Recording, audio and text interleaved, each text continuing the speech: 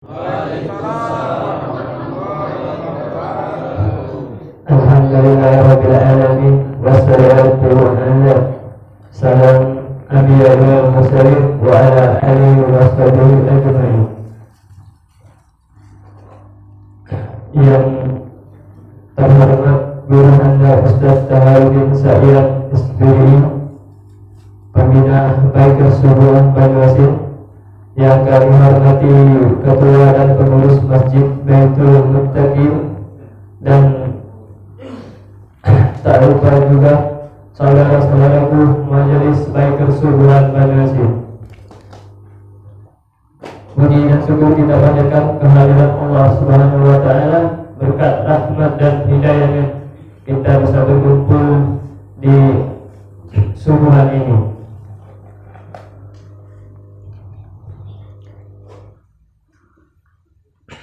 Salawat teriring salam selalu curahkan kepada junjungan kita Nabi besar Muhammad SAW. Baiklah, untuk memulai acara ini, marilah kita membuka acara ini dengan membaca basmalah. Bismillahirrahmanirrahim. Baiklah, untuk yang pertama, pembacaan ayat suci Al-Quran yang akan dibacakan oleh Al-Ustaz Ansori SIB. Silakan.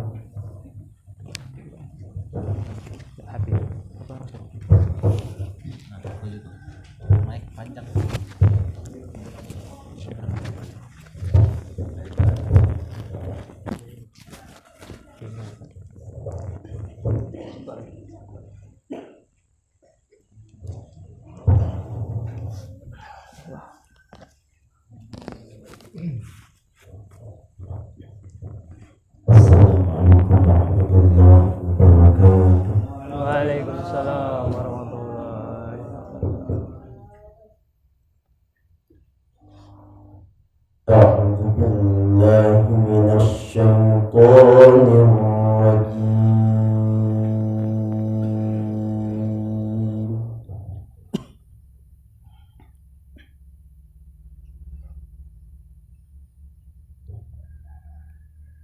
Bismillahirrahmanirrahim.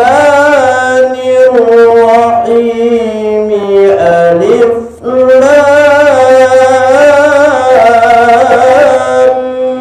Mim.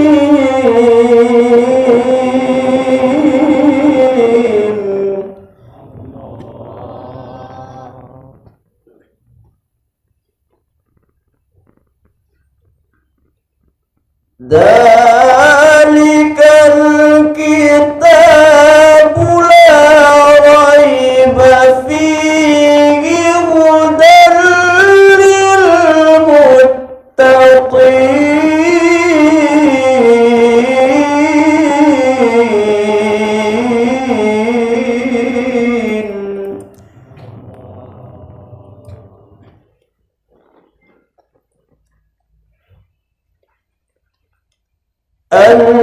Alladzina yu'minuna bil ghaibi wa yuqimuna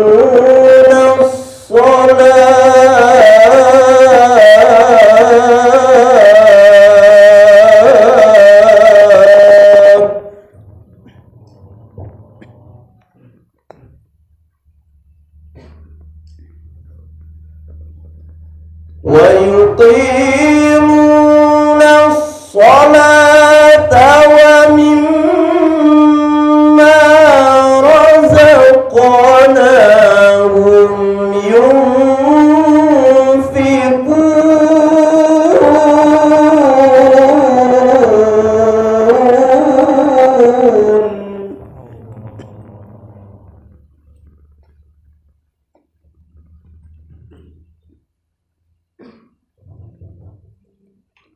Walladzina yu'minuna bima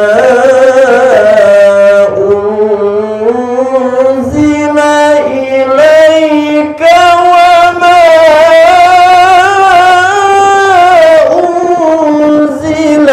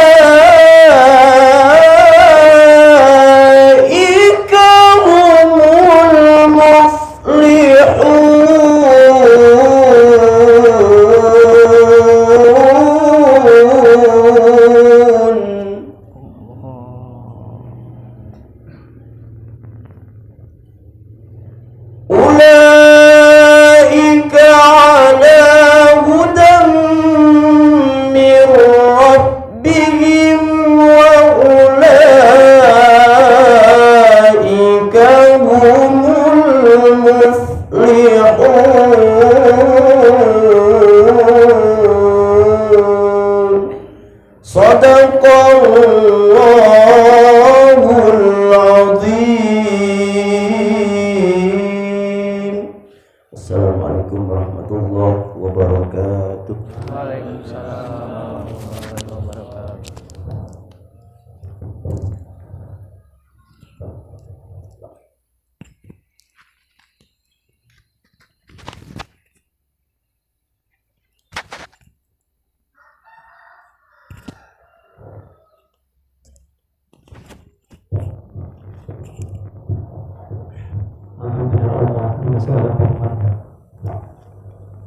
Baiklah, untuk yang selanjutnya kata sambutan dari pengurus Masjid Baitul Muttaqin untuk dapat mempersilakan.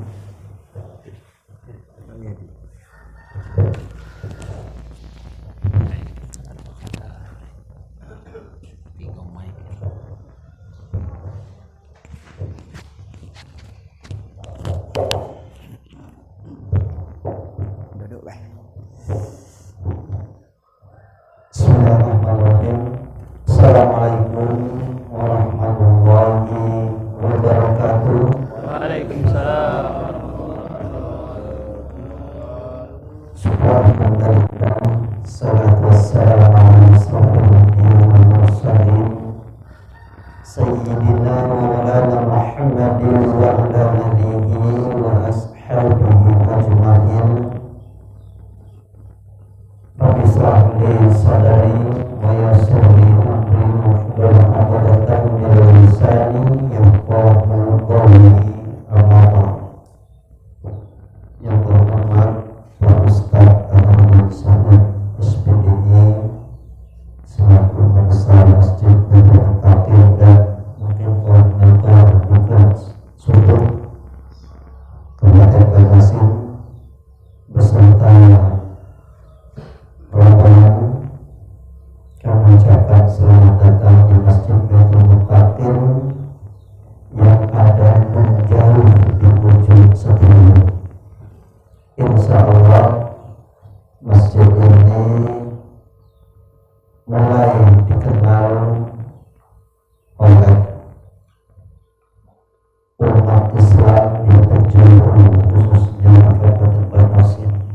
Karena kalau dilihat dari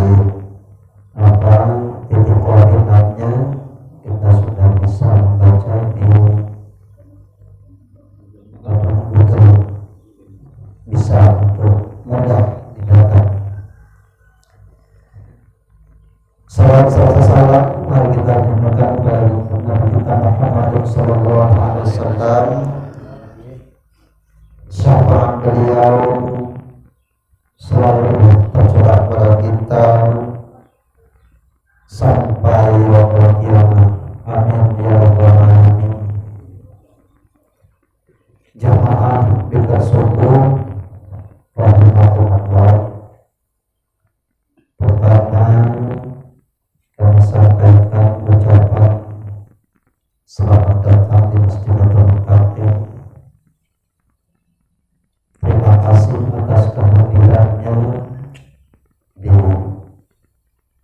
waktu subuh yang mungkin saat-saat seperti ini adalah waktu yang membuat insan manusia terlelap menghadapi dan menikmati tidurnya. Mudah-mudahan kita termasuk dalam golongan hamba Allah yang selalu menjalankan kewajiban kepadanya. Amin ya rabbal alamin. Dan kedua kali permohonan maaf yang tak terhingga dari jamaah kami, terutama pengurus Masjid Baitul Muttaqin. Mungkin jamaah sekalian melihat nggak ada jamaahnya. Ini bukan rahasia umum lagi Pak Ustadz. Baik di pelosok maupun di kota besar, seyogianya kita mampu untuk membangun, namun untuk menempati kita belum menyadari seutuhnya. Menempati bangunan yang kita bangun itulah yang sekiranya sekecil apapun bangunan, kalau kita menikmati tempat itu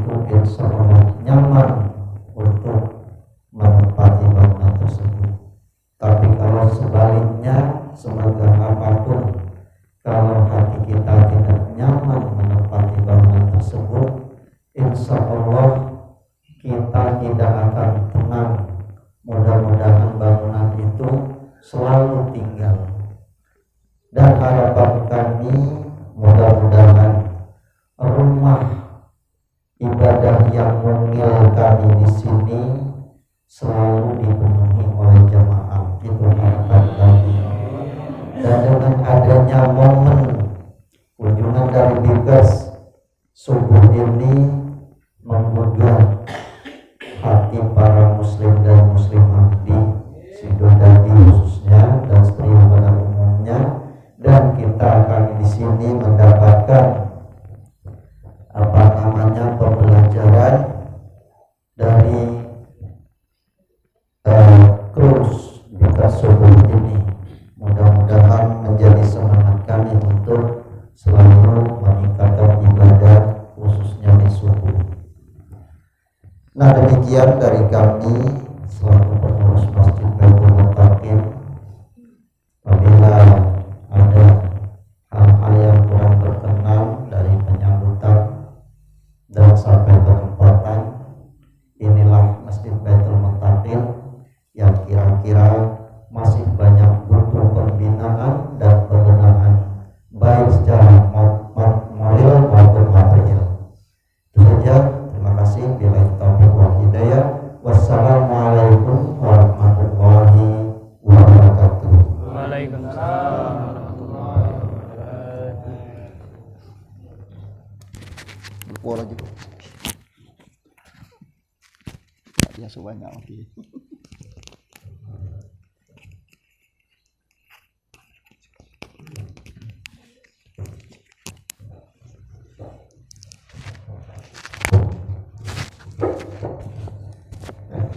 Baiklah, memasuki acara inti kita. Kajian ada dua. Yang pertama kajian dari Ustaz Arisman, yang kedua dari Ustaz Taharuddin Sayyid SPG. Baiklah, waktu dan tempat kami persilakan.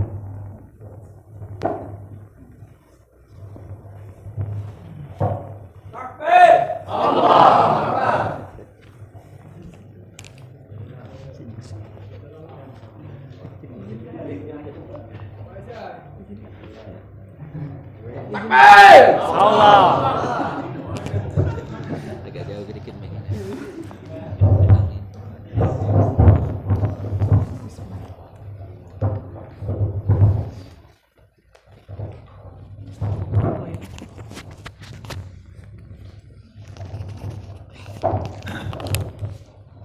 Bismillahirrahmanirrahim.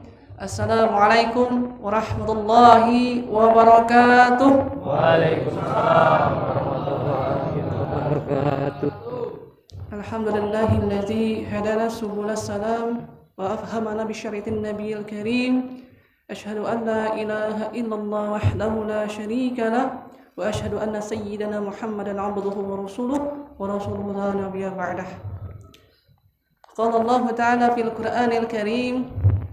A'udzu billahi minasy syaithanir rajim. Bismillahirrahmanirrahim. Ya ayyuhalladzina amanu taqullaha haqqa tuqatih wa la tamutunna illa wa antum muslimun. Shadaqallahul azim. Hadirin jemaah salat subuh yang insyaallah dirahmati oleh Allah Subhanahu wa taala. Yang kami hormati guru kami, Ustaz kami, ini Ustaz Taharuddin Sayyid, sarjana pendidikan Islam. Yang kami hormati pengurus Masjid Baitul Muttaqin, dan yang kami hormati juga jamaah sholat subuh Masjid Baitul Muttaqin dan teman-teman yang kami banggakan Bikers Subuhan Banyuasin. Syukur alhamdulillah, kita bersyukur kepada Allah Subhanahu wa taala yang mana pada kesempatan insyaallah pagi yang penuh barokah ini kita masih diberikan nikmat oleh Allah Subhanahu wa taala. Insyaallah dengan nikmat tersebut ya kita jadikan perantara bagi kita untuk selalu taat kepada Allah Subhanahu wa taala. Mudah-mudahan dengan nikmat tersebut, dengan kita bersyukur, Allah Subhanahu wa taala akan menambahkan. Siapa sih yang tidak mau ditambah nikmat oleh Allah? Ya, semuanya pasti mau. Tapi bagaimana cara kita menyikapinya? Apa dengan bersyukur ataukah tidak? Jika tidak, maka itu tadi, Allah akan memberikan azabnya kepada kita apabila kita ingkar terhadap nikmatnya. Hadirin yang insya Allah dirahmati oleh Allah Subhanahu wa taala. Jadi Pak, kami dari Baker Subuhan Banyuasin, dengan mungkin sudah banyak yang tahu apa sih Baker Subuhan Banyuasin itu. Jadi kami ini adalah insya Allah orang-orang yang berusaha untuk menjadi lebih baik, Pak. Bukan merasa lebih baik. Kalau merasa lebih baik itu sombong, berarti kan? Ya, nah jadi insya Allah setiap hari Ahad subuh kami keliling ke masjid yang ada di Banyuasin, khusus di pelosok-pelosok itu. Mengapa sih pikir subuhan? Ya karena tidak isyaan misalnya Pak ya, tidak maghriban, tidak asar itu kan. Karena salah satu sholat yang mungkin sulit kita lakukan yaitu sholat subuh. Ya, banyak yang dilawan Pak. Ngantuknya kan, apalagi kalau dingin, hujan misalnya, itu berat niat kita nak sholat ya, dengan apalagi sholat subuh kayak itu. Nah jadi dengan adanya Baker Subuhan ini adalah suatu wadah yang memberikan motivasi bagi teman-teman, khususnya bagi kami pribadi, yaitu kan, yang mungkin sulit untuk sholat misal. Nah dengan adanya saling mengingatkan, saling memperhatikan, ya saling gerina ke insya Allah semangat. Nah ini adalah wadah untuk proses pembelajaran supaya terus untuk beribadah kepada Allah Subhanahu wa taala. Jadi Pak, ya kami mohon doanya ya Pak ya, mudah-mudahan kami ini tetap istiqomah ya. Karena seperti yang kami bilang sebelumnya, istiqomah itu sangat sulit Pak.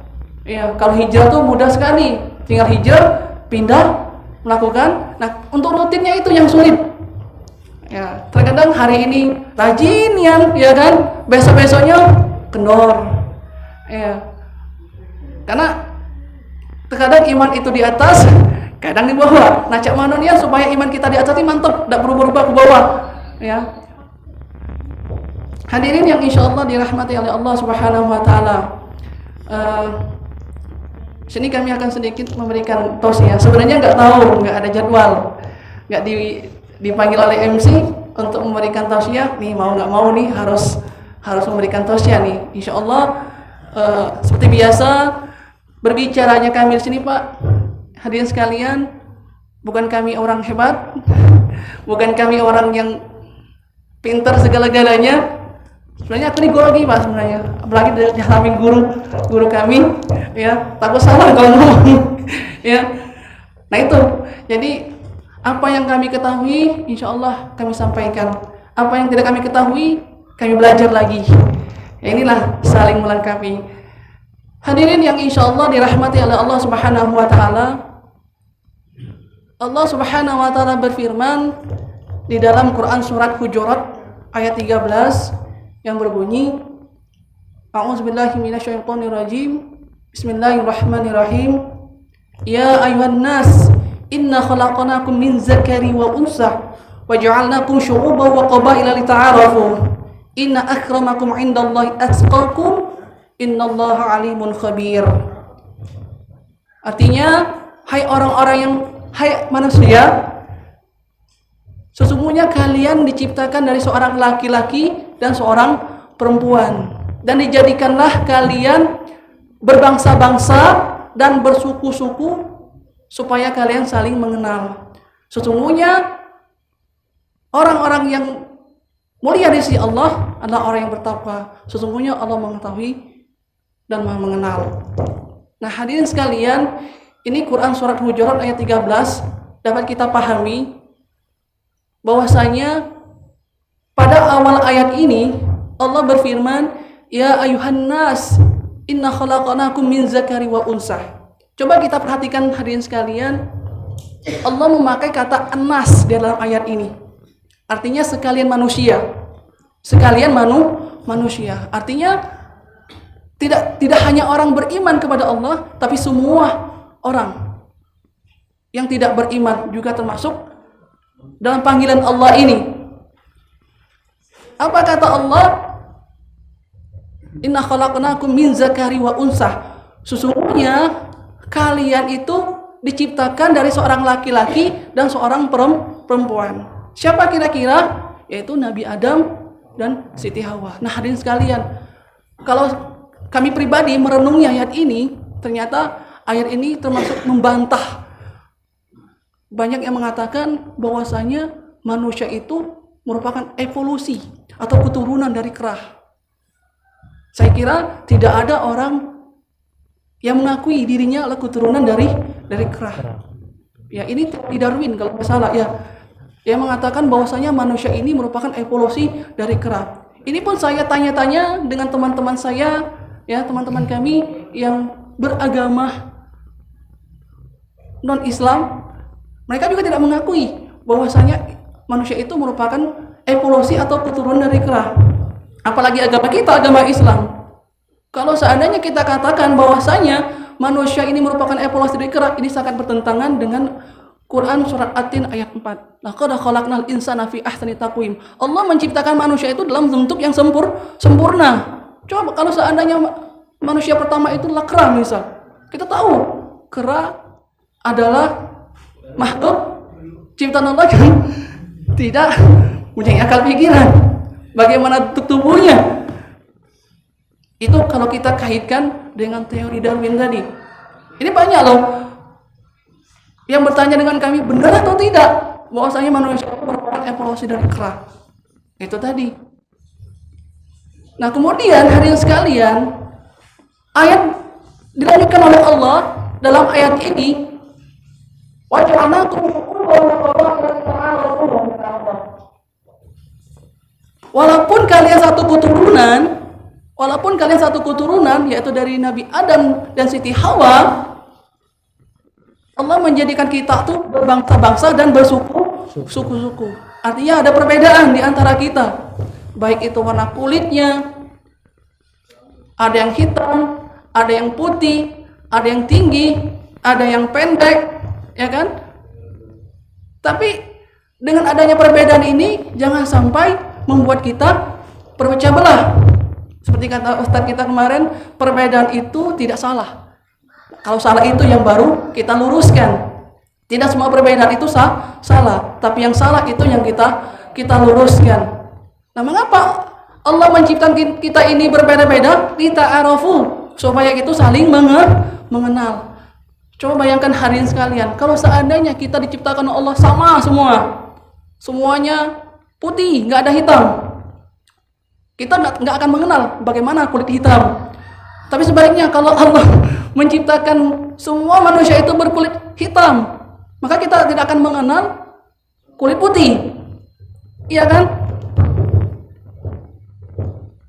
Kami Pak berbeda Pak di Baik Subuhan. Ada yang penjual, pedagang, ada guru, ada apa kemarin Bang Mugi? Rambut. Ya. Lacing dan sebagainya. Itu berbeda, Pak. Itu perbedaan. Tapi dengan perbedaan itu tidak membuat kami pecah belah, karena disatukan oleh Baik Subuhan Banyuasin ini. Allah. Nah, oleh karena itu hadirin sekalian, jangan sampai ketika ada perbedaan langsung bermusuhan, tidak sepaham langsung tahunian banget. Kayak 5 jari hadirin sekalian. Kita perhatikan 5 jari kita. 5 jari kita ini berbeda kan? Ada jempol, ada telunjuk, ada jari tengah, ada jari manis dan ada kelingking. Semuanya berbeda. Tetapi walaupun berbeda, mereka saling melengkapi. Coba kalau kita ambil satu dengan satu jari, bisa nggak kira-kira ambil ini? Coba no. Tapi kalau 5-5-nya, bisa kan kita membawanya kan? Tapi kalau satu, Kalau satu jari yang bekerja, tidak mungkin kita mengambil cangkir ini, tidak bisa kita. Begitupun kalau kita makan pakai jari misal, satu jari kita makan, apakah bisa? Apakah bisa ya bangsa ya kita ngambil nasi? Nggak bisa kan? Tapi kalau 5-5-nya 2.000 2 jari, 3.000 3 jari. Nah, artinya dengan filosofi jari ini dapat kita pahami, oh begitu pentingnya persatuan yang saling melengkapi, saling mengingatkan, dan saling mengenal. Nah, inilah Allah menciptakan kita adanya perbedaan supaya kita tadi saling mengenal. Hadirin yang insya Allah dirahmati oleh Allah Subhanahu Wa Taala. Kemudian dilanjutkan lagi oleh Allah, Inna akramakum indallahi atqakum, kata Allah. Nah, dari sekian manusia itu, siapa yang paling mulia di sisi Allah? Yakni atqakum, yang paling bertakwa. Jadi Pak, percuma kalau punya tampan yang bagus, kecantikan, harta melimpah, itu tidak menjadi tolak ukur orang itu mulia di sisi Allah. Gelar profesor, doktor, magister, dan lain sebagainya itu juga tidak menjamin orang itu mulia di sisi Allah. Kami pun, saya pun yang berbicara di sini belum tentu mulia di sisi Allah. Bisa jadi jauh sekali untuk mendapatkan kemuliaan di sisi Allah, tapi berusaha untuk mulia di sisi Allah. Nah, ini takwa. Wa tazawwadu fa inna khaira dzati taqwa, kata Allah, sebaik-baik bekal adalah takwa. Makanya kata Rasulullah, innallaha la yanzuru ila ajsamikum wala ila suwarikum walakin yanzuru ila qulubikum wa a'malikum. Sesungguhnya Allah tidak akan melihat jasad-jasadmu dan rupa-rupa kamu, tapi Allah hanya melihat hati dan perbuatan kamu. Nah, oleh karena itu sekalian, jangan terlalu terlena dengan ketampanan, dengan kekayaan, dengan kecantikan yang kita miliki, ya, karena hal itu tidak menjamin kita baik mulia di sisi Allah Subhanahu Wa Taala. Tetapi yang tolak ukur kebaikan kita, kemuliaan kita di sisi Allah adalah takwa kita kepadanya. Mudah-mudahan kita semua termasuk hamba Allah yang bertakwa dan mendapatkan barakah. Amin ya rabbal alamin. Hadirin kaum muslimin rahimakumullah. Mungkin ini saja yang dapat kami sampaikan. Insyaallah akan dilanjutkan oleh guru kami mengenai apa yang beliau sampaikan hari ini. Insyaallah mudah-mudahan ini akan menjadi barakah bagi kita semua. Amin amin ya rabbal alamin. Kami akhiri wallahu muwaffiq ila aqwamit thoriq. Wassalamualaikum warahmatullahi wabarakatuh. Waalaikumsalam warahmatullahi wabarakatuh. Takbir! Allah.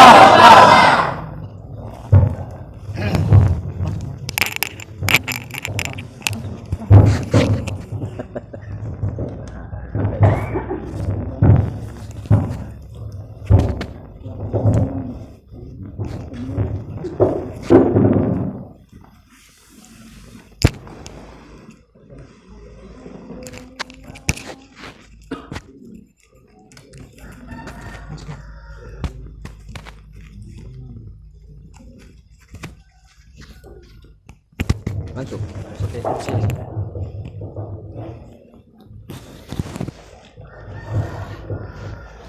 Allah Akbar.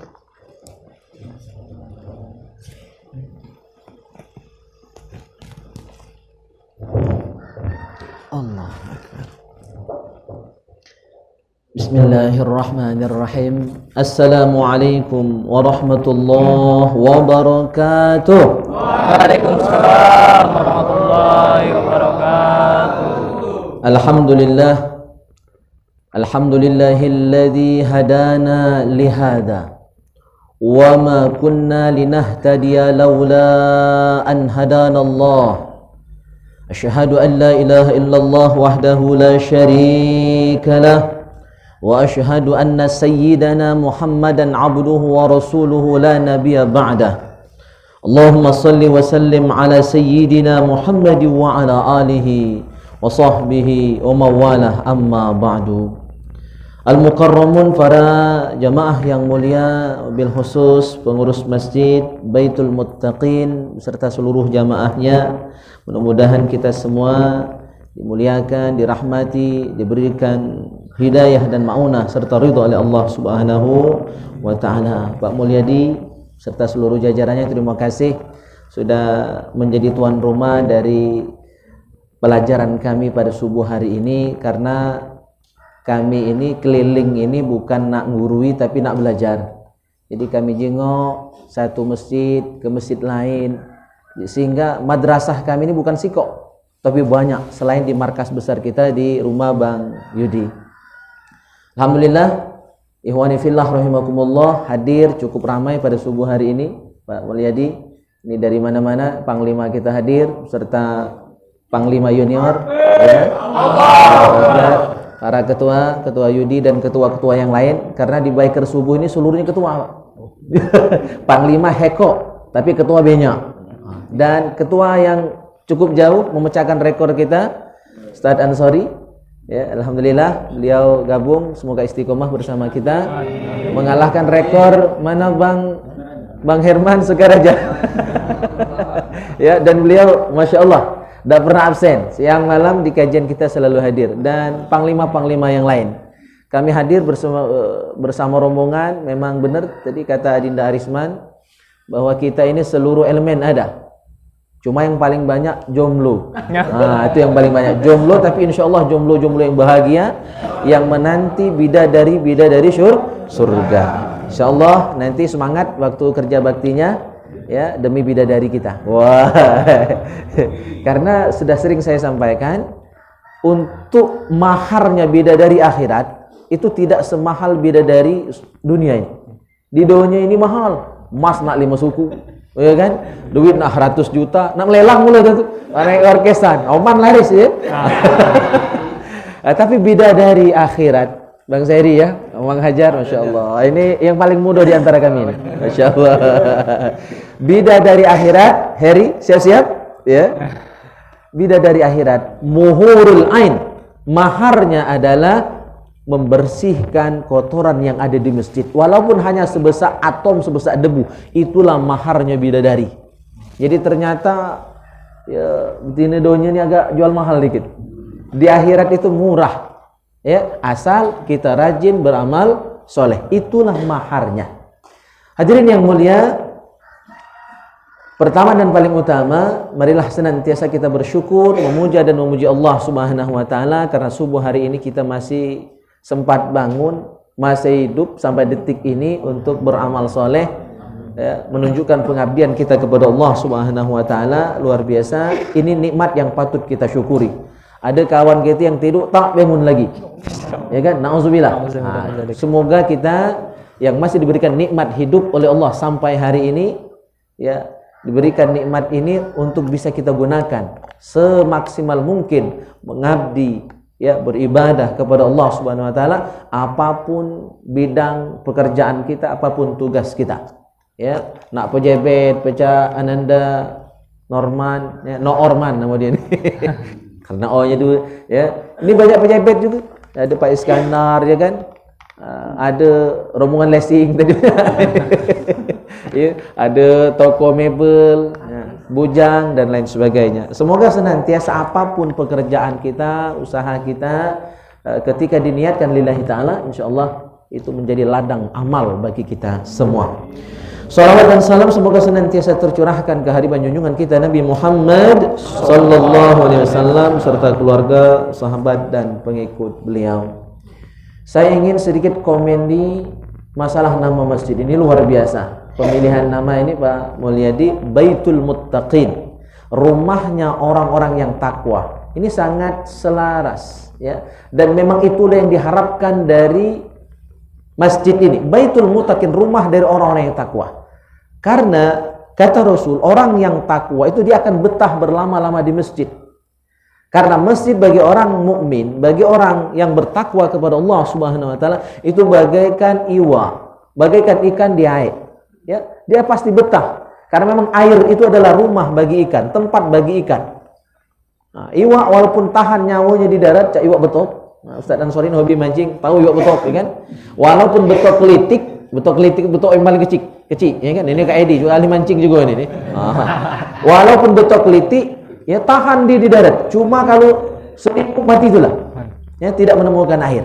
Artinya kita harus tahan dan betah berlama-lama di masjid. Karena masjidlah rumah kita.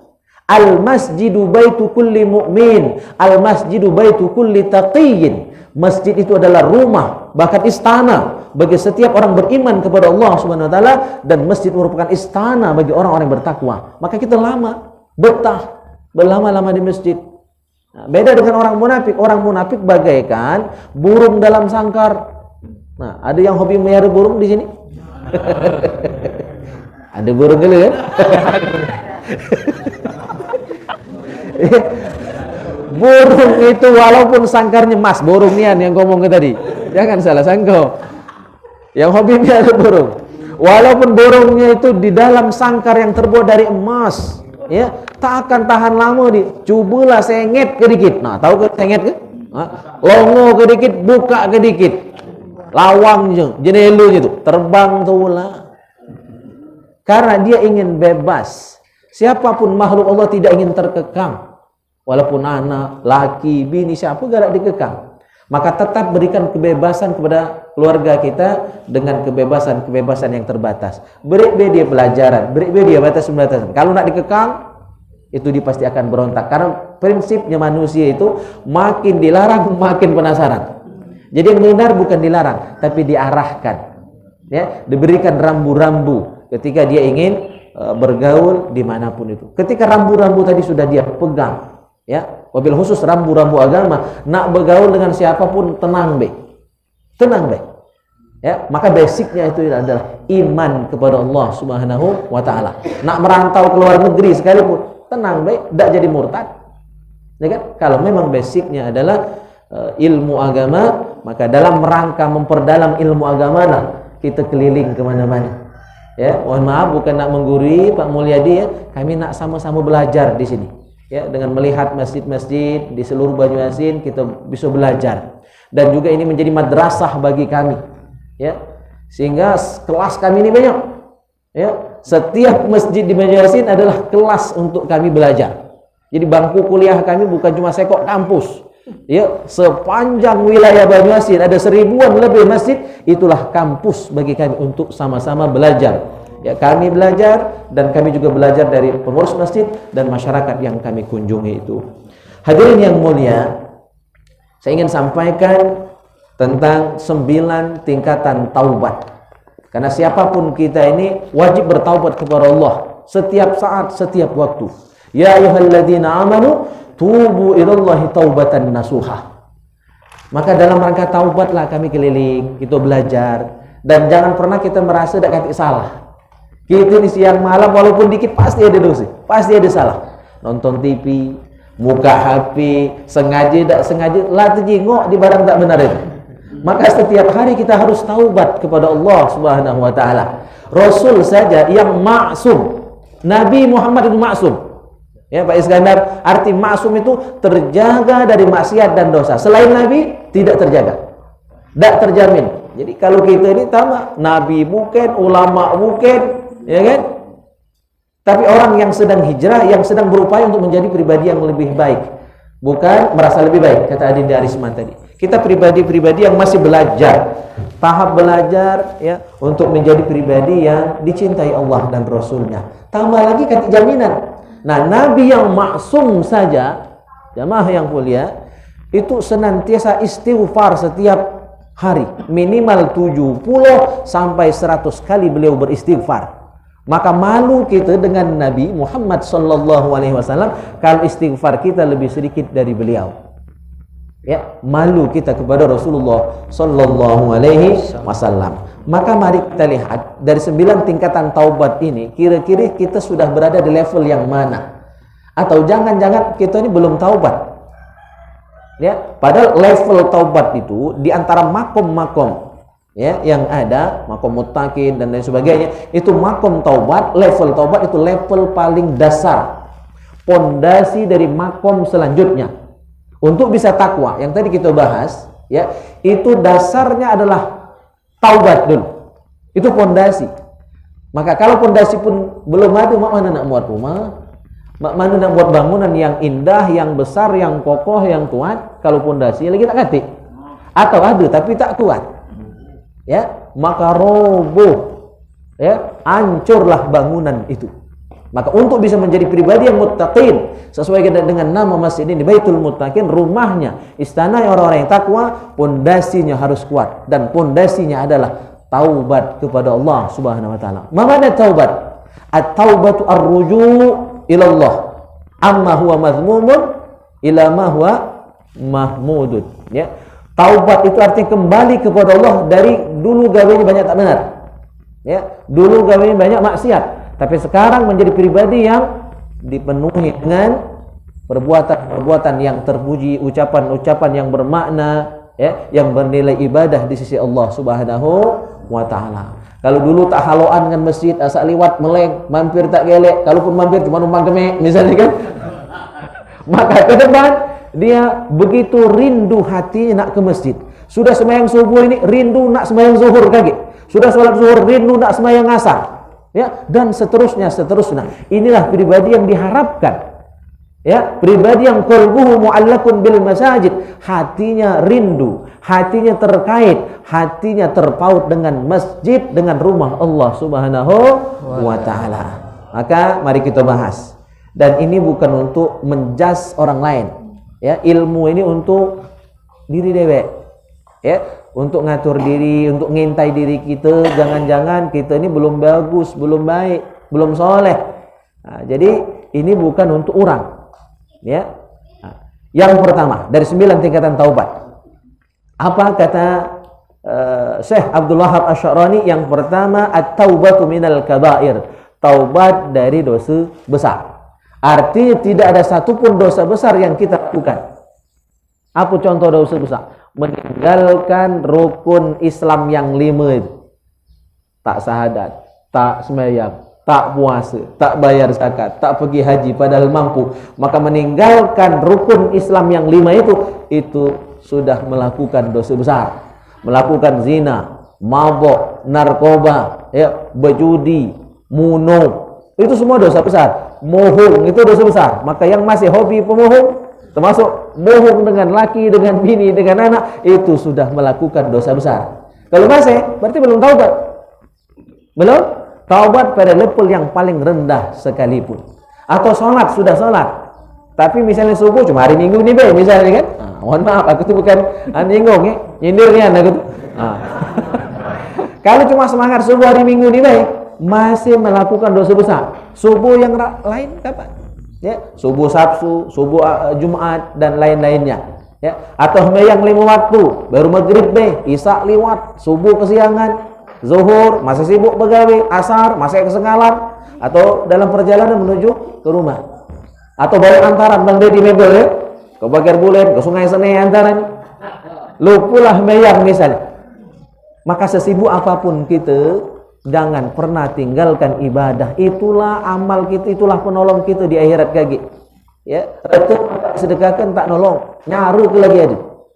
Ya, amal soleh kita, salat kita, puasa kita, zakat kita, itulah nanti akan menolong kita di alam barzakh dan di hari akhirat nanti. Jadi kalau masih melakukan satu saja dosa besar, hakikatnya kita belum taubat pada level yang paling rendah sekalipun. Naik dikit, taubat minal sagair, summa sagair, taubat dari dosa-dosa kecil. Nah, dosa kecil itu contohnya apa?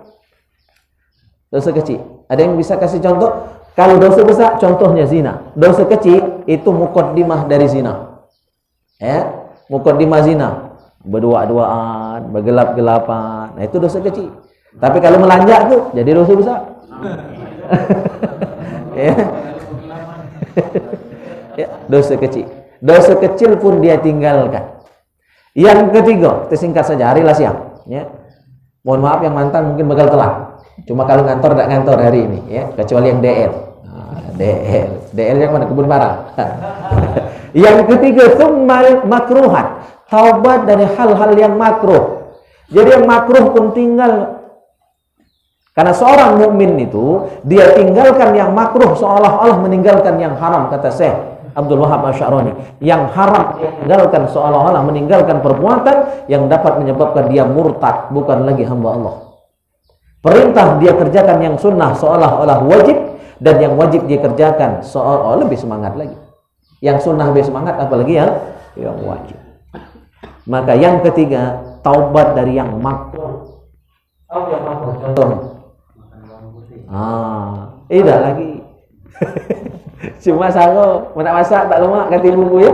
Jangan dimakan mentah. Ngudut, menurut NU kan makruh. Kalau Muhammadiyah haram ngudut itu. Ya. Nah, bagi yang biasa ngudut, ya, silakan tinggalkan. Ngerokok ya, jangan ngudut ya. Sama baik bahasa aja lain lah ya. Yang makruh pun tinggal. Nah, apalagi yang haram. Ya, kalau makruh masih hobi, hakikatnya belum taubat. Jadi berat ternyata taubat itu Pak Mulyadi. Bukan cuma ninggalkan yang haram, yang makruh pun tinggal. Ya. Yang keempat, thumma min khilafil aula. Yang keempat, taubat dari khilaful aula. Khilaful aula itu melakukan sesuatu yang menyalahi keutamaan. Itu namanya khilaful aula. Contoh, semayang berjamaah, itu termasuk afdol, itu termasuk aula. Maka kalau kita semayang kadang jamaah kadang tidak, berarti masih khilaful aula. Ya, khilaful aula. Yang kelima, singkat saja. Yang kelima, taubat dari apa? Thumma min ru'yatihil hasanat. Nah, ini yang disinggung tadi Adinda Arisman, ya. Taubat dari merasa diri kita lebih baik dari orang lain. Itu salah. Baik itu bagus, pintar itu bagus, ya. Tetapi merasa baik, merasa pintar itu yang salah. Harus dibuang jauh-jauh dari hati kita, dari pikiran kita. Walaupun kita memang bagus, walaupun kita memang baik, jangan pernah menyebutkan kebaikan kita. Kebaikan kita sebanyak apapun lupakan. Ya, nisyanul hasanat al-madiyah. Lupakan kebaikan kita sebanyak apapun. Tapi kebaikan orang, jasa orang, walaupun dikit, kenang ke. Jadi sikap kita dengan orang dan ke diri kita beda. Kalau kebaikan orang sekecil apapun, kenangkan kawan-kawan yang ngajak kita untuk hijrah, untuk gabung sini. Oh, dia dulu yang ngajak aku hijrah. Ya, aku terkenal. Pacak masuk kanan biar dulu Ustaz Ansori.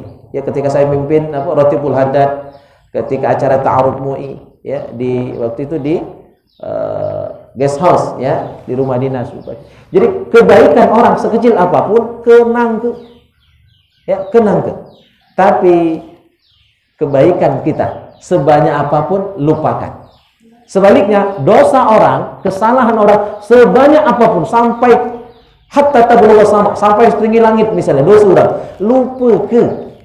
Tapi kesalahan kita sekecil apapun kenang ke biar tidak diulangi lagi. Itu lemak nyebut tapi susah prakteknya Pak Mulyadi Saharu itu. Ya, kita ini kadang-kadang dikit salah orang, disebut-sebut, diungkit-ungkit sehingga hati kita kotor. Hati kita galau, ya, mengingat salah orang. Sehingga tak pacak tidur siang malam, tak tenang hati kita. Nauzubillah. Itu buyan gawe model main. Gawe buyan itu, ya. Supaya kita tidak mikir itu, ingatkan bahwa salah kita, ya, kalau mau jujur kadang-kadang lebih banyak dari salah orang. Oke, ya, ada dua prinsip tadi. Untuk kebaikan, kenangkan kebaikan orang sekecil apapun. Untuk kebaikan kita, lupakan sebanyak apapun.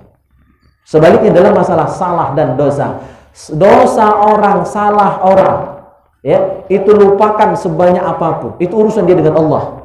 Kita doakan supaya dia taubat, supaya dia sadar. Tapi salah kita kenang ke terus,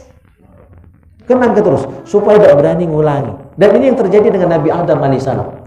Beliau bertahun-tahun malu nyongak ke langit. Ngapa? Karena satu kesalahan mendekati pohon khuldi itu, bahkan sampai hampir memakannya. Kesalahan itu beliau kenang selamanya, ya, sehingga beliau malu dengan Allah sampai hari kiamat kaget. Maka ketika seluruh makhluk Allah minta tolong, minta syafaat dengan Nabi Adam tidak galak. Jengok bin Nabi Nuh, ya, Nabi Nuh ngomong jengok bin Nabi Musa, jengok bin Nabi Isa, jengok bin terakhir Nabi Muhammad. Nah, ngapa Nabi Adam malu? Ngenangkan dosa, bukan dosa, ya, kesalahan beliau waktu di surga dulu. Wala taqraba hadhihi syajarah. Nah, kita ini kadang-kadang salah banyak, tak katik malu, tak bermalu, tak minta ampun dengan Allah Subhanahu wa taala. Malahan masih gak nunjuk salah orang, padahal salah kita lebih banyak. Ya, maka taubat yang kelima adalah taubat min ru'yatihil hasanat. Taubat dari merasa diri kita lebih baik dari orang lain. Yang keenam, thumma min ru'yatihi annahu sara ma'dudan min fuqara'iz zaman. Taubat dari merasa diri sudah jadi ulama. Nah, ini penyakit khusus kiai, khusus yang punya ilmu Syekh. Walaupun dia sudah jadi syekh, ya, tidak usah merasa lah kiai itu. Biarlah orang yang manggil. Maka contohnya kalau kita nyebut ke nama dewe, kalau aku malu nak nyebut Ustadz Tahar, kecuali orang nanya Tahar mana yang Ustadz, nah baru ini pas kenalan. Perkenalkan, nama saya Ustadz Tahar dan sebagainya. Ya, disebut gelar ujung pangkal, ya kan? Meretet, gak ada disebut gelar hajar, ya kan? Nah, itu keliru. Karena orang hanya nanya nama, kecuali dia mau penjelasan. Tahar yang mana? Kan itu. Ya, Gus Oman, ya kan? Tidak perlu nyebut Gusnya tuh. Cuma kalau orang nak manggil terserah. Ya, nak manggil Gus Oman, Gus Repin mana Gus Repin? Masya Allah. Tidak tu juga. Istiqomah Gus Repin ya. Mana Hengki ada Hengki? Ada. Perlu belajar dengan Gus Repin ya. Langsung dulu. Masya Allah. Jadi taubat dari merasa diri kita sudah ulama. Walaupun kita betul-betul ulama, tidak usah merasa sudah jadi ulama. Ulama yang sesungguhnya dia tidak merasa dia sudah jadi ulama, walaupun sudah ulama. Itulah bentuk ketawaduan. Orang nak panggil dia kiai, nak nyebut dia ustaz, nak idak terserah. Nak nyebut salah nama, lajulah. Aku tak pernah protes orang sebut nama aku salah, gelar aku salah, tak nyebut gelar itu tidak jadi masalah. Ya. Karena apalah artinya semua itu kalau ada perasaan lebih baik, merasa sombong dari orang lain. Ya. Maka taubat ketika kita merasa layak jadi ulama, layak jadi ustaz. Maka sering saya sampaikan di majelis ini, ketika saya hadir di Baitur Subuh ini, tidak mesti aku yang ceramah. Ya, itu saya ingin belajar menata hati. Tersinggung tidak aku ketika orang ceramah, aku yang dengar ceramah. Jangan-jangan aku cuma nak ceramah, tapi tidak boleh diceramai. Maka ketika perasaan itu hadir di hati saya, Pak Mulyadi, berarti aku salah. Tidak layak menjadi imam, tidak layak jadi khotib, tidak layak jadi penceramah. Ketika ada perasaan seperti itu, nauzubillah summa nauzubillah. Maka ini media belajar bagi kami, belajar jadi MC. Ini perdana Pak, makanya lancar luar biasa, ya kan? Ya, begini kali ini, memang inilah modenya. Ya. Beliau ini memang orangnya pendiam.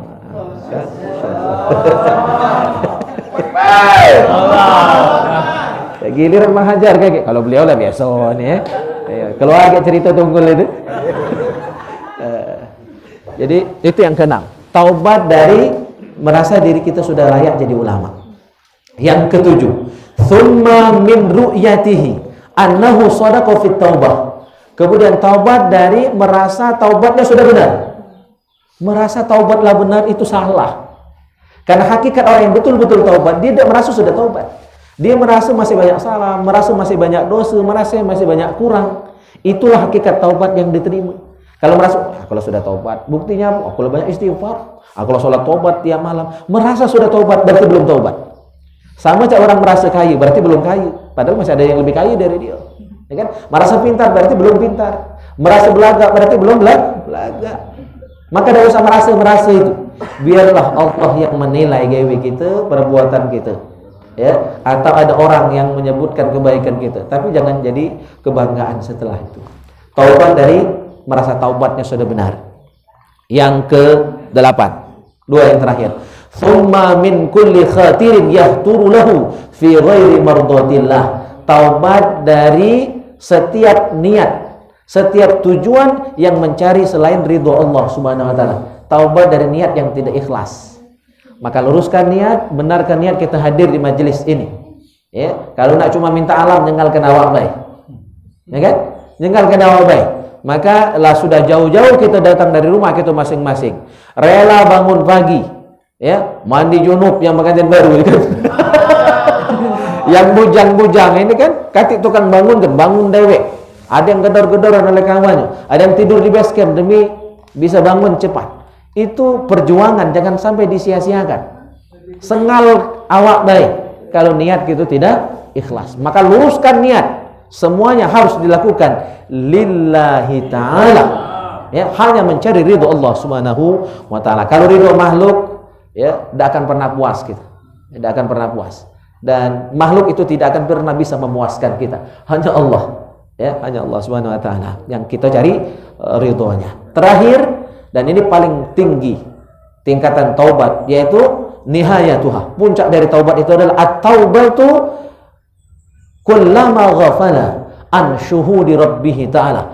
Taubat setiap kali lalai dari ingat Allah. Taubat setiap kali lalai dari menyaksikan kuasa Allah Subhanahu wa taala. Jadi setiap saat, setiap detik dia selalu ingat Allah. Nah, ini berat. Kita ini kadang-kadang dalam sembahyang lagi lalai. Yang tubuh ingat gewean, pekerjaan, apalagi ayat dibaca oleh imam tuh panjang. Oh, lokat telat mantang bagi ini. Maka aku pendek be ayat itu. Yang penting orang galak ahmeyak. Takut kayak orang kalau kelamaan pikirannya kemana-mana. Ya, yang mantang mikir telat mantang, yang begawe telat datang ke gawean, ya, dan lain sebagainya. Kita kadang-kadang lalai dalam sembahyang, apalagi di luar sembahyang.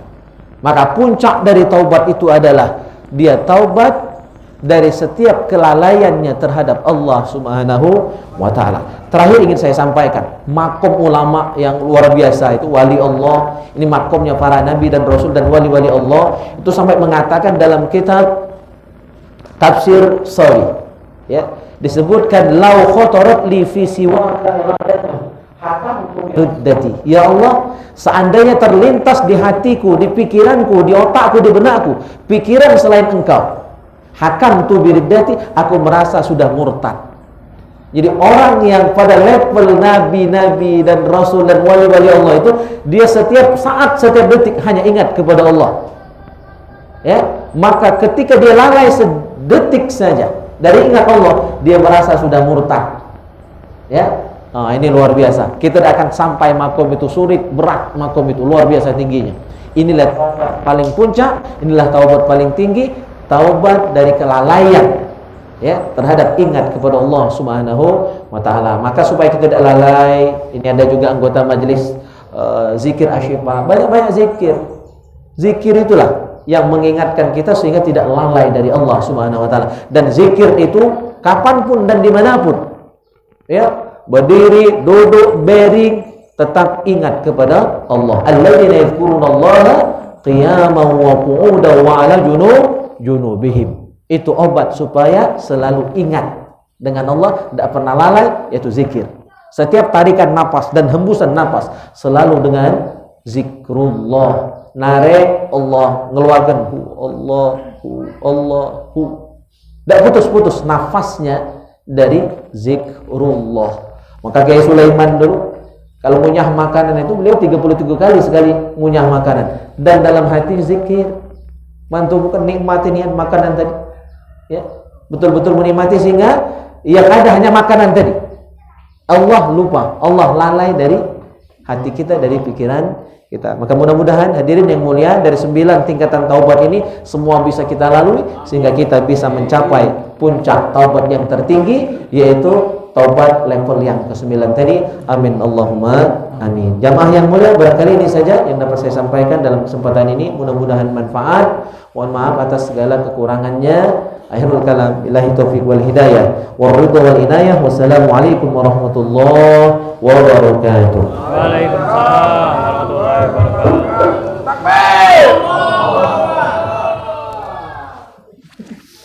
Baiklah, untuk acara selanjutnya tanya jawab. Tinggal selesai pertanyaan.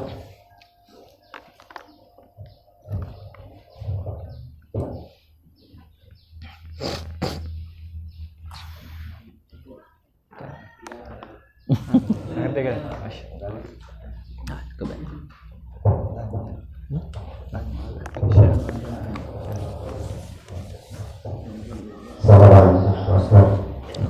Salam.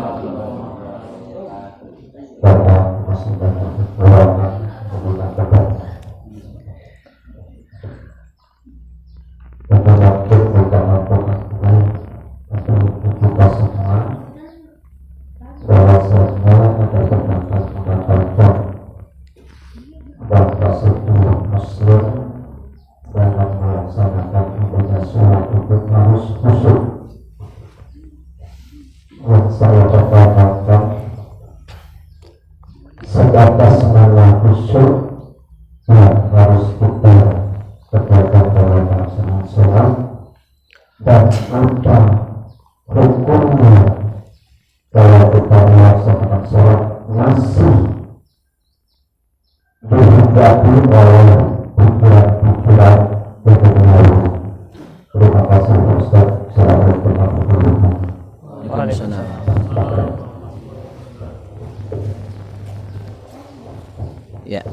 ini pertanyaan yang paling sering ditanyakan. Salat khusyuk itu yang mana?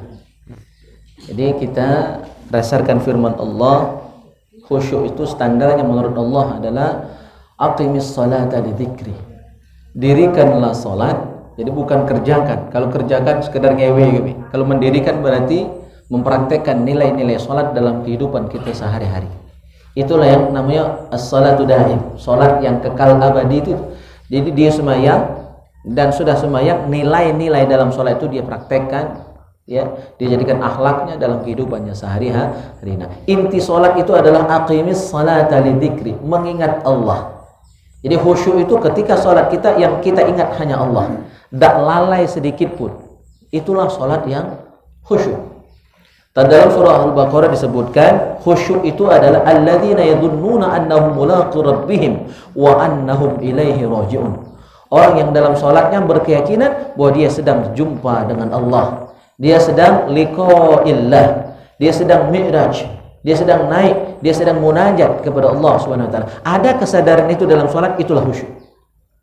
Ya, dan dia yakin bahwa dia akan kembali, bahwa dia sedang rujuk ila Allah, dia sedang kembali kepada Allah. Jadi hanya ingat Allah, dia sedang munajat dan berjumpa dengan Allah, dia sedang dialog dengan Allah, dan dia sedang balik kepada Allah Subhanahu wa taala. Itulah salat yang khusyuk. Nah, cuma khusyuk itu bertingkat-tingkat, tergantung level iman kita masing-masing. Maka untuk orang awam, kata Imam Al-Ghazali, minimal dia ingat Allah ketika mengucap takbir, itu sudah khusyuk untuk level orang awam. Ya, Allahu Akbar. Nah, ketika nyebut Allahu Akbar, hatinya ingat Allah. Itu sudah khusyuk untuk level orang awam. Nah, untuk kita yang sudah tidak awam lagi, seharusnya makin tinggi. Ya, bukan cuma ketika takbir kita ingat Allah, tapi sepanjang salat kita dari takbiratul ihram sampai salam yang kita ingat hanya Allah. Tapi kan itu sulit. Itu sulit. Maka kita terus berupaya, terus belajar bagaimana bisa merasakan nikmatnya, lezatnya salat itu. Dan juga patut kita sadari bahwa kehusyuan itu bagian dari rizki Allah, bagian dari karunia Allah Subhanahu wa taala. Salatlah walaupun belum khusyuk. Mudah-mudahan Allah karuniakan kita berkat ketekunan kita. Allah tahu kok kita ini kurang, kita ini banyak salah, kurang sempurna salat kita. Mudah-mudahan berkat kita rajin walaupun masih banyak salah dan kurang, Allah akan rizkikan kepada kita. Allah akan karuniakan kita kehusyuan dalam salat tadi. Nah, salat ini ada dua, salat dewean sama berjamaah. Kalau salat dewean itu hanya diterima ketika kita sempurna betul pelaksanaannya. Itu salat dewean. Kalau betul-betul ikhlas, betul-betul sempurna, betul-betul khusyuk, baru diterima salat kita. Kalaupun diterima, kata Rasul, itu persentasinya beda-beda, tergantung tingkat kehusyuan. Maka ada yang hanya 10% diterima, ada yang seterusnya, ada yang 50, ada yang 90, ada yang 100, tergantung tingkat kehusyuan masing-masing. Ini apa? Salat yang dewean. Nah, beda dengan salat berjamaah. Inilah fadilahnya. Kita kejar fadilah salat berjamaah. Dalam kitab Mustamil Al-Arba'i Rasail, Syekh Ahmad Zaini Dahlan menyebutkan salat berjamaah ada jaminan. Ada jaminan pasti diterima oleh Allah Subhanahu wa taala walaupun kurang khusyuk, kurang sempurna, atau mungkin kurang-kurang ikhlasnya. Ada jaminan diterima kalau sholat itu berjamaah. Maka untuk kita yang banyak kurang ini, jangan tinggal jamaah. Ya, karena sholat berjamaah dijamin pasti diterima oleh Allah Subhanahu wa taala. Sudah sering saya sampaikan hal ini, ya. Bahwa ketika kita sholat berjamaah, Allah lihat hati sang imam. Imamnya kurang khusyuk, kurang ikhlas, tidak serta-merta ditolak. Dijengok yang sop pertama. Sop pertama sama dengan imamnya, tak khusyuk, tak ikhlas juga, dijengok sop kedua. Ya. Mungkin ada orang yang di sop yang kedua lebih khusyuk dan ikhlas dari imam dan yang sop pertama. Maka berkat satu orang tadi, sholat imamnya diterima dan sholat makmum yang lain diterima juga oleh Allah Subhanahu wa taala. Sampai dijengok sop yang terakhir. Barangkali di sop terakhir paling bucu ada di sopnya ibu-ibu ini tadi lebih khusyuk dan ikhlas dari imamnya, maka sholat mereka diterima oleh Allah Subhanahu wa taala berkat satu jamaah ibu-ibu tadi. Terakhir, seandainya semasjid dari imam sampai paling belakang, kata yang khusyuk, kata yang ikhlas, tidak serta-merta ditolak oleh Allah sholat kita, ya, tetap diterima oleh Allah karena apa? Yadullah 'alal jamaah. rahmat Allah meliputi orang-orang yang berjamaah. Allah senang jengok kita berkumpul ini. Apalagi yang jauh-jauh datang. Senang dia Allah. Ustaz Ansori jauh-jauh dari Pengobo Pak Mulyadi datang subuh ini, senang. Yang dekat masjid tak turun. Ya. Tetap diterima oleh Allah Subhanahu wa taala salat gitu walaupun semasjid dari imam sampai makmum paling belakang kata yang khusyuk kata yang ikhlas. Karena apa? Allah senang melihat kita berjamaah. Nah, itu rumahnya. Ya. Baik. Mungkin bisa jawab kalau kurang puas. Oke, ada lagi yang memuaskan Ustaz Arisman.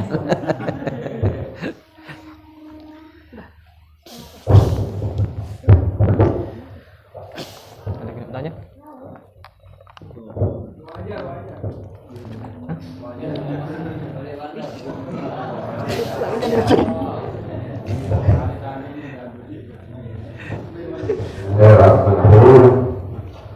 Ini ada sedikit pertanyaan. Kami malam ini dapat pertemuan yang sangat luar biasa besar.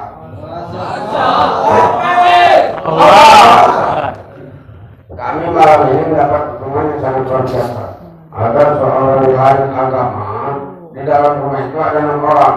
Yang satu agama Islam, tapi yang satu lagi agama Islam juga ada beranak. Yang masih 4 itu masih agama lain. Nah, yang saya pertanyakan Pak Ustaz, mereka ini yang meninggal dia memberi apa namanya pesan. Dia meninggal minta dikumpulkan dengan secara Islam. Dia juga selama dulu sudah berapa tahun tidak mengikuti agama Islam. Nah, ternyata baru-baru ini sudah berapa bulan yang lalu dia mengikuti agama Islam, selalu mengerjakan sholat. Yang saya tanyakan begitu Bapak, apakah boleh kita membacakan Yasin atau menyaksikan atau menolakkan di dalam rumah itu, sementara kan di situ ada orang yang masih non-muslim. Itu saja. Assalamualaikum warahmatullahi wabarakatuh. Waalaikumsalam warahmatullahi Allah.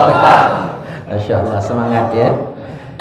Ini jadi bukan hanya boleh, tapi wajib. Hukumnya fardu kifayah. Yang dilihat bukan rumahnya, tapi statusnya sebagai seorang muslim, sebagai seorang muslimah. Maka orang Islam itu mulia, hidup dan matinya, maka tetap wajib dimuliakan. Diurus jenazahnya 4 hukum yang berlaku, yaitu dimandikan, dikafani, disolatkan, dan dikuburkan. 4 ini wajib, bukan hanya boleh, Bang. Jadi sudah benar yang antum lakukan, ya, insya Allah itu menjadi amal soleh bagi panglima gitu. Nah, ini panglima Hajar. Mungkin cukup ya. Nah. Ada lagi? Oh ya. Bagaimana istighfarnya Nabi Muhammad? Apa yang dibaca? Kira-kira istighfarnya Nabi Muhammad.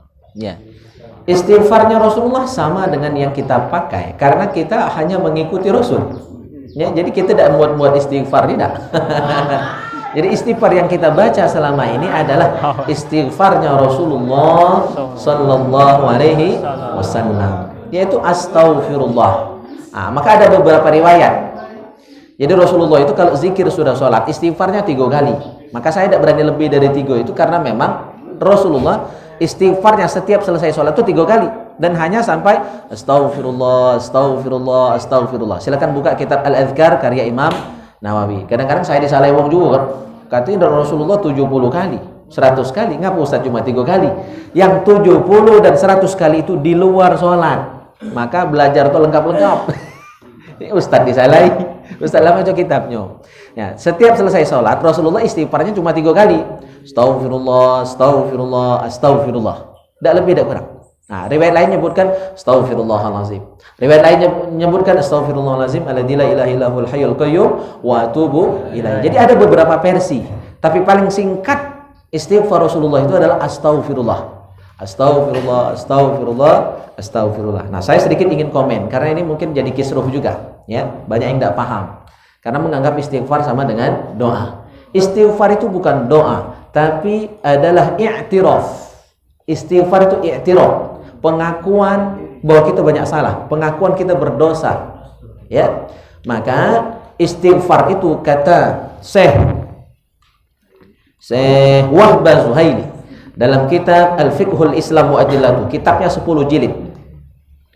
Pada bab doa kunut, beliau di dalam catatan kakinya menyebutkan bahwa ulama memandang buruk istighfar itu menggunakan bentuk jamak, menggunakan domir jamak, yaitu astaghfirullah menjadi nastaghfirullah. Karena istighfar itu i'tiraf, bukan doa. Kalau doa memang imam wajib memimpin doa dalam bentuk jamak. Ya, karena apa? Kata Rasul, orang yang berdoa ngajak orang lain tapi domirnya dewean, bukan domir jamak, maka faqad khanahum. Imam itu imam pengkhianat. Pengkhianat itu dosa besar, berkhianat itu. Nah, itu kalau konteksnya doa. Istighfar bukan doa tapi i'tiraf, pengakuan salah, pengakuan dosa. Yang namanya ngaku, aku ini salah tubuh dewi, jangan ngajak orang. Di situ letaknya. Ya. Jadi orang tidak bisa membedakan antara i'tiraf dengan doa. Sehingga kalau kita istighfarnya astagfirullah, enggak ngerti Ustaz ini. Awak dia yang salah. Beda antara doa dengan istighfar. Cuma kita tidak nyalain, nak makan astagfirullah lah jula. Cuma mana aku tetap astagfirullah. Saya baca kitabnya dalam kitab Al-Fiqhul Islam wa Adillatuh karya Syekh Wahbah Zuhaili. Jadi istighfar Nabi astagfirullah. Astagfirullah, astagfirullah, astagfirullah. 3 kali kalau sudah sholat. Nah, yang 70 dan 100 itu di luar sholat. Jadi berarti lebih istighfar Nabi. 70 sampai 100 ditambah 3 kali 5 waktu, 15 kan begitu. Baik.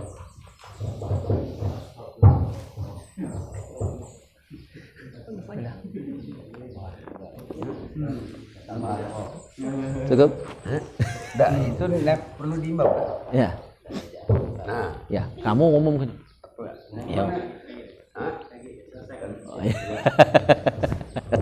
itu kan ketua. Iya, tergantung ketua. Baiklah, untuk menutup kajian subuh kita hari ini, mari kita bersama-sama membaca hamdalah. Alhamdulillah. Demikian saya selaku pembawa acara, mohon maaf kalau ada kata-kata yang salah. Kepada Allah saya mohon ampun. Wabillahi taufiq wal hidayah. Wassalamualaikum warahmatullahi wabarakatuh.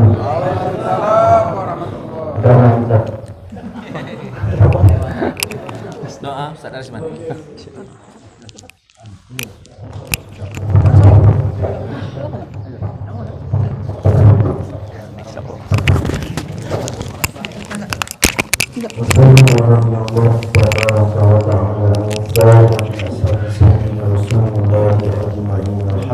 Alhamdulillahirabbil alamin.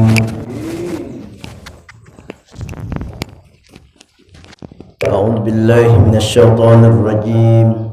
Bismillahirrahmanirrahim. Alhamdulillahirabbil alamin. Wassalatu wassalamu ala asyrafil anbiya'i wal mursalin wa ala alihi wa sahbihi ajma'in. Allahumma salli ala sayyidina Muhammad wa ala ali sayyidina Muhammad. Allahumma ja'al jam'ana hadza jam'an marhuma wa tafarruqana min ba'dihi tafarruqan ma'suma. Allahumma aslih dhata bainana wahdina subulas salam wa najjina minadh dhulumati ilan nur wa jannibna al-fawahisha ma dhahara minha wa ma batan. Allahumma barik lana fi asma'ina wa absarina wa qulubina wa azwajina wa dhurriyyatina wa tub alaina ya maulana innaka antat tawwabur rahim. Waj'alna syakirin li ni'matika musnina biha 'alaika qabilah wa asmim 'alaina bi rahmatika ya arhamar rahimin. Allahumma sabbitna bil iman wa sabbitna bil islam wa sabbitna bit tauhid wa sabbitna bil i'tiqad wa sabbitna bil ma'rifah wa sabbitna ala dini Muhammadin sallallahu alaihi wasallam fid dari dunya ila daril akhirah. Allahumma altuf bina fi taysir kulli asir fa inna taysira kulli asir alayka yasir wa nas'aluka al-yusra wal mu'afata fid din wa dunya wal akhirah innaka ala kulli syai'in qadir.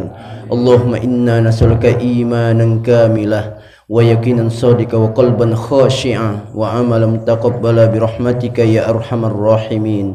اللهم إنا نسألك رضاك والجنة ونعوذ بك من سخطك والنار.